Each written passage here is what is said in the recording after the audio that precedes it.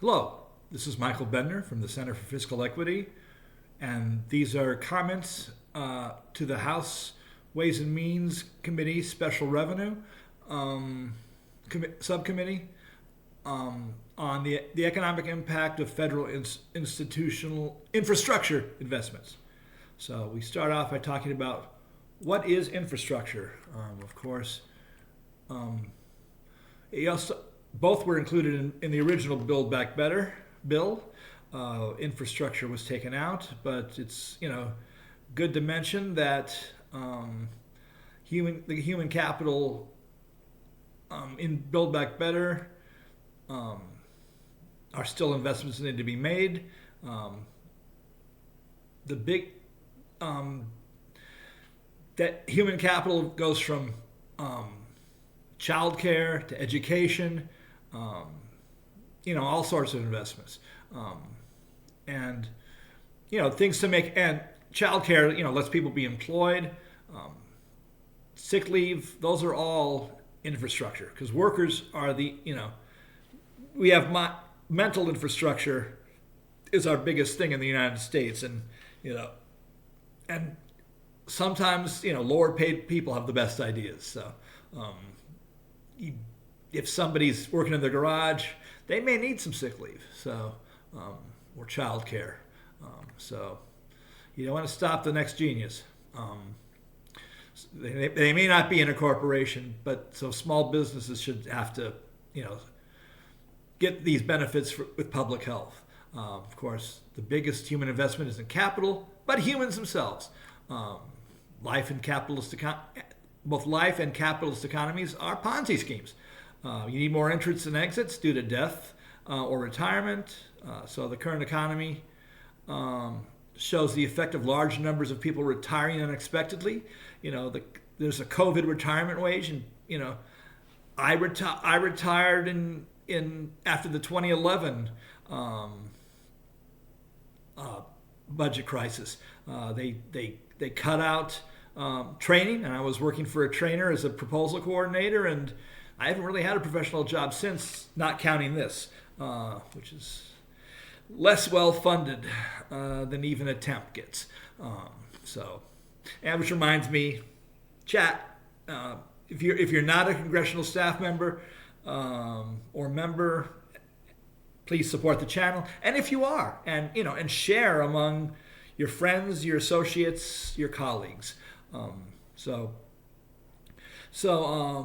If you want more people to come into the system, you need a more generous refundable tax credit, even beyond BBA levels, as well as a higher minimum wage, so that nobody is working on just their tax credit.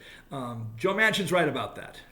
Mitt Romney's right about that, but the numbers aren't big enough that they propose, and so you have to have a higher minimum wage.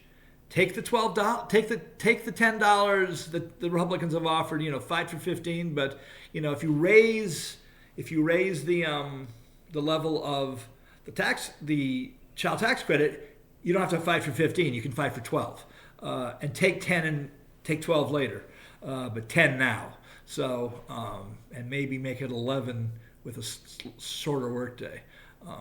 And the fact that this has not been mentioned as a pro-life issue is a shame on both sides. Democrats should say it. Biden should say it. He should shame the bishops who say you shouldn't go to communion and say, no, I'm proposing this. It will reduce abortions. What are you doing about it? Besides whining, because that's what they're doing. They're and attracting Republicans to the polls. And of course, the Republicans who live and die on their pro-life rating, need a little goosing, and they should say, because this is a pro-life issue, and they should be held to that by the pro-life movement. Both sides should look at raising the child tax credit in that way. And having more children means more household consumption, which fuels jobs, investment in plant and equipment, and demand for goods and services from the government. This funds more consumption, because a rising tide lifts all boats. Now to the economic analysis of just the physical infrastructure. As a former contract specialist, budget analyst, program manager, and government contract proposal manager, I have a unique perspective on the main question of the bill. This infrastructure bill will not be like the New Deal. Sufficient firms already exist for all projects under consideration, and they will be the most likely contract awardees. You just don't have somebody who's just thrown together a company build a bridge. And we're not having, a WPA do it. We have an infrastructure for such things. As you all know, the infrastructure bill included things that just had to be reauthorized, the normal stuff. It was an increase, and a large increase, but it included both.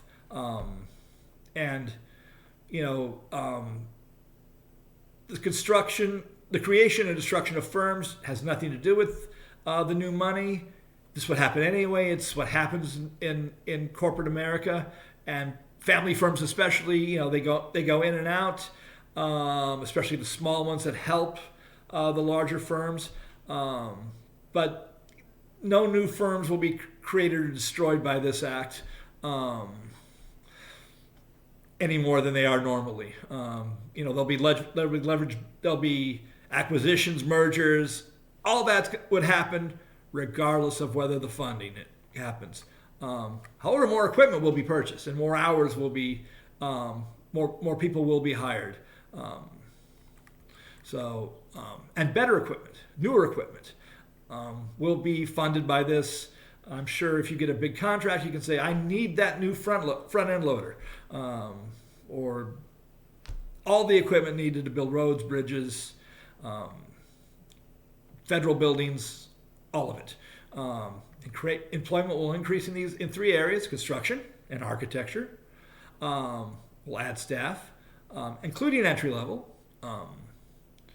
That's primary employment. Secondary employment increases will happen in the supplying firms, people who do asphalt, John Deere and other equipment manufacturers, people who supply office supplies as well. Any consumable or equipment by the construction company is secondary employment to this bill. Tertiary employment supports the spending by households who are engaged in the other two types of employment. So if you work for even DOT, state DOT, the road builders, all of these people will be spending money in the private sector on movies, on roads, all the goods and services, housing, food, cars, gasoline. Of course, that demand will demand further construction and infrastructure, manufacturing, energy, rising tide. It's all boats. And of course, that will lead to increased levels of taxes, both federal, state, and local, as well as higher contributions to Social Security. To the extent that wages go up, and this could be helped again by a higher minimum wage. I say again because this is a common theme in progressive circles, and especially my analysis.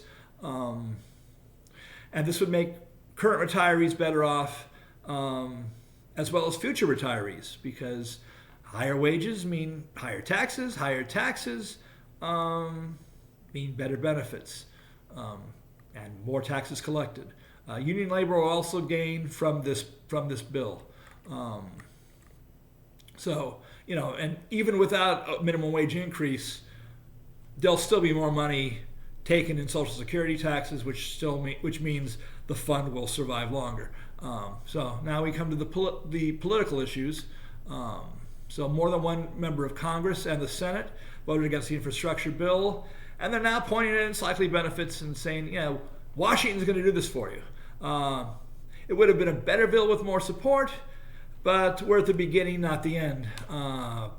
Projects beget projects, and that's a good thing. Between funding and ribbon cutting, members of both parties will facilitate project completion by serving as links between the federal and local governments, helping project planning, keeping funds flowing, getting contractors interested, announcing contracts. Congressional local relationships are vital in getting infrastructure done.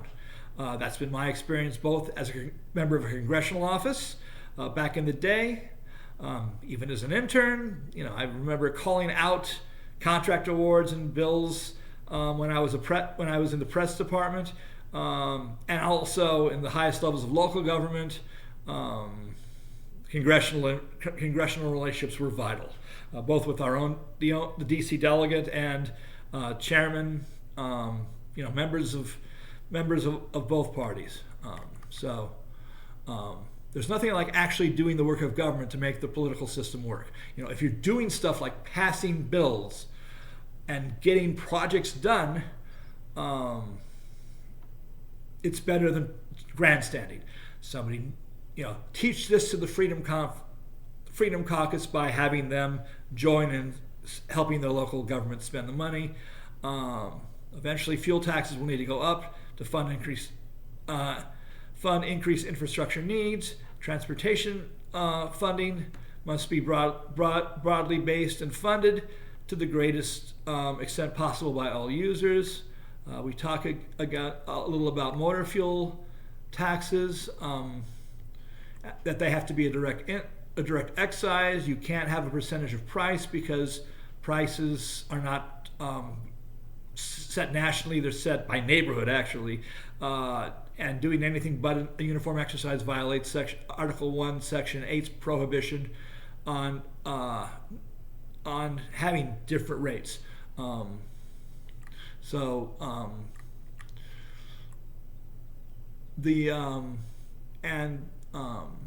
Regardless, so the coalition for a higher excise tax collapsed.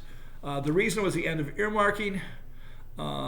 John McCain, God rest his soul, was the driving force behind the elimination of this funding tool, while Bud Schuster was his champion. The bridge to nowhere didn't do anything about the road to nowhere, which went to the bridge. Both were in the project plan, and by cutting one, it just it upset the system. You've got to let Congress, local governments plan together, and that's what earmarks do. And if you have earmarks, people will vote for higher taxes because they have something to show for it. It codifies negotiations. So earmarks are not bad, neither are taxes. And without projects that provide constituencies, you don't get government that really provides the bacon for the citizens, not the members. The anti-government people need to know that, and hopefully this will, bringing back earmarks will help that. And again, working for the system. Carbon added taxes could also be adopted in place of motor vehicle fuel taxes, and they would fund infrastructure and research. And I am running out of time, so there will be a part 2 to this video where I talk about gas prices and what higher taxes would collect. So thank you much, and part 2 will begin shortly. From my point of view, all you have to do is click on the link, and it'll begin now.